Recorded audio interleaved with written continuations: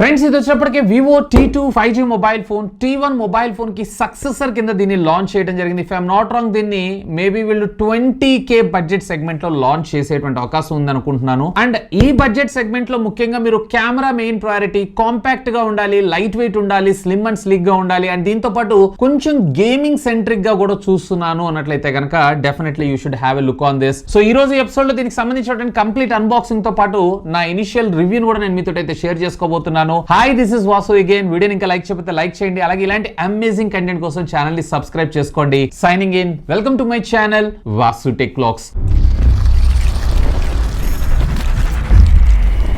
Detail box మీరు చూసారంటే ఈ విధంగా ఉంటుంది. సో T2 5G అలాగే Vivo branding, left and right ఏం లేదు, టాప్ అండ్ బాటమ్ కూడా బ్రాండింగ్.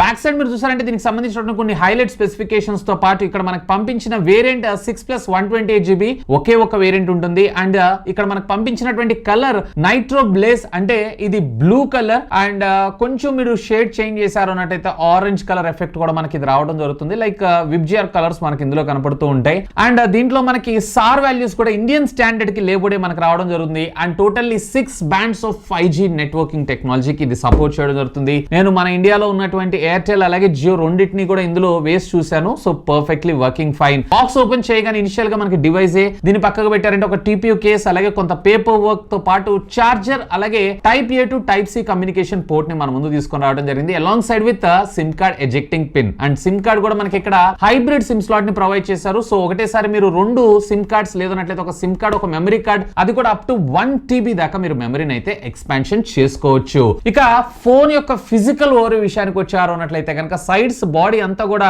పాలికార్బనిక్ కి సంబంధించినటువంటి ప్లాస్టిక్ మెటీరియల్ ని యూజ్ చేశారు. బ్యాక్ సైడ్ కూడా ప్లాస్టికే. ఫ్రంట్ వీళ్ళు ఏం ప్రొటెక్షన్ వాడారు ఏంటి అనేది ఇక్కడ క్లారిటీగా మెన్షన్ చేయలేదు, కానీ స్కాచ్ సెన్సేషన్ గ్లాస్ ని యూజ్ చేసేటువంటి అవకాశం అయితే ఉంది. And of course SIM card tray మీద మనకి చిన్న గ్యాస్కెట్ ని కూడా ప్రొవైడ్ చేశారు కాబట్టి IP52 IP53 రేటింగ్ దాకా మీరు దీన్ని అయితే కన్సిడర్ చేయొచ్చు.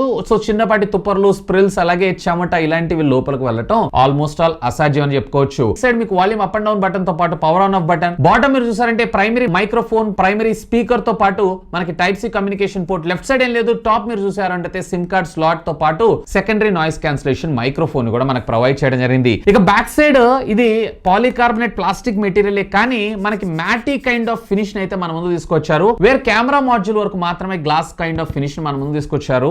కొంచెం డిఫరెంట్ గా ఉండటంతో పాటు పెద్ద పెద్ద కెమెరా సెన్సార్స్ అనేటువంటి ఫీల్ మన ముందు తీసుకొని రావడానికి కెమెరా మాడ్యూల్ ని పెద్దగా మనకి తీసుకొని రావడం అయితే జరిగింది. సో ఓవరాల్ గా క్వైట్ ఈ బడ్జెట్ సెగ్మెంట్ లో డీసెంట్ బిల్డ్ క్వాలిటీ అనే నేను అంటాను. ఇక దీంట్లో ప్రాసెసర్ విషయానికి వచ్చారంటే క్వాల్కమ్ స్నాప్డ్రాగన్ కి సంబంధించినటువంటి 695 SoC చిప్ సెట్, అది కూడా 5G చిప్ సెట్ ని మనకి ఇందులో వాడటం జరిగింది. 6 bands ఆఫ్ 5G నెట్వర్కింగ్ కి ఇది సపోర్ట్ చేయడం జరుగుతుంది. మన ఇండియాలో ఉన్నటువంటి ఎయిర్టెల్ అలాగే జియో రెండింటికి కూడా ఇది సపోర్ట్ చేస్తుంది. అండ్ క్వైట్ డీసెంట్ స్పీడ్స్ నేను ఇందులో అబ్జర్వ్ చేశాను. ఇది 6 nm బిల్ఫిట్ టెక్నాలజీ మీద డిజైన్ చేసినటువంటి ఒక ఆక్టా కోర్ ప్రాసెసర్. ఎడ్రినోకి సంబంధించినటువంటి 619 GPU ని మనకి ఇందులో తీసుకొని రావడం జరుగుతుంది. So quite decent performance. Even day to day life లో మీకు ఎలాంటి హ్యాంగ్ ల్యాగ్ లేకుండా ప్రాపర్ గా ఇది వర్క్ చేయగలదు. అండ్ పబ్జీ లాంటి గేమ్స్ ని కూడా ఒకవేళ మీరు మీడియం గేమర్ అయి ఉన్నట్లయితే కనుక డెఫినెట్లీ ఇది సపోర్ట్ చేయడం అయితే జరుగుతుంది. ఈవెన్ దీంట్లో మనకి LPDDR4X టెక్నాలజీకి సంబంధించినటువంటి ర్యామ్ ని మనకు ప్రొవైడ్ చేశారు. అండ్ అఫ్ కోర్స్ దీంట్లో మనకి విర్చువల్ ర్యామ్ టెక్నాలజీ కూడా సపోర్ట్ ఉంటుంది. 6+6GB అంటే 12GB ఆఫ్ అవుట్పుట్ మనం చూసుకోవచ్చు. ముఖ్యంగా ఒకవేళ మీరు కనుక మల్టీ టాస్కింగ్ లో ఎక్కువ యాప్స్ ని వాడుతున్నారంటే మీకు ఉపయోగపడుతుంది, కానీ అది కూడా 20+ యాప్స్ ఇలాంటివి వాడతారంటే నార్మల్ రెగ్యులర్ యూసేజ్ కి అయితే మీకు పెద్దగా డిఫరెన్స్ అయితే ఏమనిపించదు. అండ్ దీంట్లో మనకి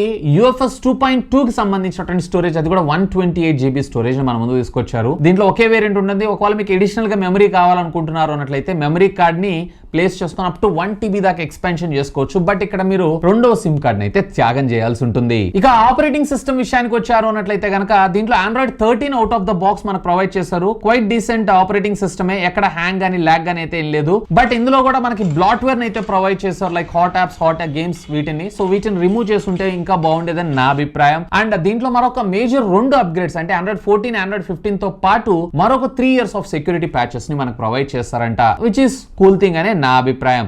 అండ్ దీంట్లో మనకి డిఫాల్ట్ గా గూగుల్ డైలర్ ని మనకు ప్రొవైడ్ చేశారు అండ్ మెసేజింగ్ యాప్ ని కూడా గూగుల్ మెసెంజర్ ని మనకు ప్రొవైడ్ చేశారు. ఒకవేళ కాల్ రికార్డింగ్ మీకు ప్రయారిటీ అయి ఉన్నట్లయితే కనుక మీకు ఇక్కడ పెద్దగా యూజ్ అనేది ఏమి ఉండదు. బట్ ఒకవేళ మీరు కాల్ రికార్డ్ చేసినా అవతల వాళ్ళకి this call is been now recorded అని చెప్పి ఆటోమేటిక్ గా అవతల వాళ్ళకి అలర్ట్ వెళ్ళడం జరుగుతుంది. So call recording main priority అన్నట్లయితే కనుక ఒకసారి ఆలోచించండి. ఇక దీనిలో డిస్ప్లే విషయానికి వచ్చారంటే చాలా కాంపాక్ట్ సైజ్ 6.38 ఇంచెస్ కి సంబంధించినటువంటి full HD plus AMOLED display, అది కూడా 90 హెర్ట్జ్ రిఫ్రెష్ రేట్ కలిగినటువంటి డిస్ప్లే మనం ఇందులో చూస్తూ ఉంటాము. ఫుల్ హెచ్డి లో వైడ్ 1L1 సపోర్ట్ ని కూడా మనం ముందుకు చూడొచ్చు. ఒకవేళ మీరు కనుక ఓటీటీ లేదా మీడియా కన్సంప్షన్ ఎక్కువగా చేస్తున్నారు అన్నట్లయితే లైక్ నెట్ఫ్లిక్స్ కావచ్చు, అమెజాన్ ప్రైమ్ కావచ్చు, వీటిలో ఫుల్ హెచ్డి లో కంటెంట్ అయితే మీరు వాచ్ చేయొచ్చు. ఇండోర్ కండిషన్ లో వాడుతున్నారు అన్నట్లయితే కనుక మీకు అరౌండ్ 900 నిట్స్ ఆఫ్ బ్రైట్నెస్ రావడం జరుగుతుంది. ఒకవేళ అవుట్డోర్ కండిషన్ లో మీరు వాడుతున్నారు అన్నట్లయితే కనుక అప్ టు 1300 నిట్స్ దాకా మనకు వెళ్ళడం జరుగుతుంది. ఈవెన్ బ్రైటర్ సన్లైట్ లో కూడా డీసెంట్ గానే మీరు డిస్ప్లే పెర్ఫార్మెన్స్ ఉందని చెప్పుకోవచ్చు. సో ఈ బడ్జెట్ సెగ్మెంట్ లో ఇంతకు మించి కూడా మనం ఎక్స్పెక్ట్ చేయలేం. అండ్ దీంట్లో మనకి 360 హెడ్స్ కి సంబంధించినటువంటి టచ్ శాంపుల్ రేట్ ని కూడా ప్రొవైడ్ చేస్తారు. సో ఒకవేళ మీరు ఫోన్ వాడుతున్నప్పుడు ఆ ఫీల్, ఆ స్మూత్నెస్ ఏదైతే ఉందో బాగుండటంతో పాటు ఒకవేళ మీరు గేమర్ అయ్యున్నట్లయితే ఆ బడ్జెట్ లో గేమింగ్ కి కూడా ఇది ప్రాపర్ గా సూట్ అవడం అయితే జరుగుతుంది. ఇక ఆడియో విషయానికి వచ్చారు అన్నట్లయితే దీంట్లో మీకు కేవలం సింగిల్ స్పీకర్ మాత్రమే మనకు రావడం జరుగుతుంది.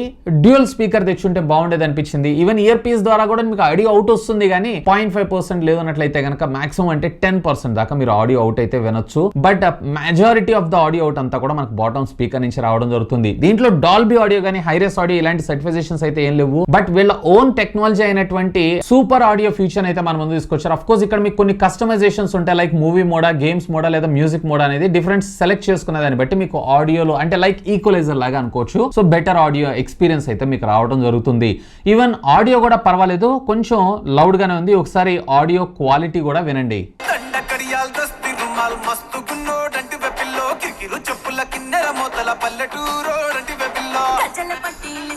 సో పర్లేదు, ఆడియో క్వాలిటీ కూడా బాగానే ఉంది. బట్ డ్యూయల్ స్పీకర్ తెచ్చుంటే ఇంకా బెటర్ గా ఉండేదని నా అభిప్రాయం. దీంట్లో మనకు ఒక ఇంట్రెస్టింగ్ థింగ్ ఏంటి అంటే 3.5 ఆడియో జాక్ ని ప్రొవైడ్ చేస్తారు. ఒకవేళ మీరు కనుక వైర్డ్ ఇయర్ ఫోన్ లవర్ అయినట్లయితే, వైర్ ఇయర్ ఫోన్ ద్వారా మీరు ఆడియోని అంటే గేమ్స్ ఆడటానికి ఇట్లాంటి వాటికి ఎక్కువగా యూజ్ చేస్తున్నారు అన్నట్లయితే కనుక ఇది మీకు ఒక పాజిటివ్ థింగ్ అయ్యేటువంటి అవకాశం ఉంది. ఇక దీనిలో కెమెరా డిపార్ట్మెంట్ విషయానికి వచ్చారంటే 64 మెగాపిక్సెల్ ప్రైమరీ సెన్సార్ ని మన ముందు తీసుకొచ్చారు. దీంట్లో ఆప్టికల్ ఇమేజ్ స్టెబిలైజేషన్ కూడా ఉంటుంది. అండ్ దీంట్లో వీళ్ళు ultra optical image stabilization feature ని కూడా తీసుకొచ్చారు. అల్ట్రా అంటే ఏం లేదు, nothing but optical image stabilization అలాగే ఎలక్ట్రానిక్ ఇమేజ్ స్టెబిలైజేషన్ యొక్క కాంబినేషన్. సో బెటర్ పిక్చర్స్ అలాగే లో లైటింగ్ లో కొంచెం బెటర్ ఫోటోగ్రఫీస్ అయితే ఇందులో మీరు ఎక్స్పెక్ట్ చేయొచ్చు. దీంట్లో మీకు వైడ్ యాంగిల్ అయితే ఏముండదు. సో ఆ వైడ్ యాంగిల్ నేను మిస్ అవుతున్నాను, దాన్ని కూడా ఇంటిగ్రేట్ చేస్తుంటే బాగుండేది.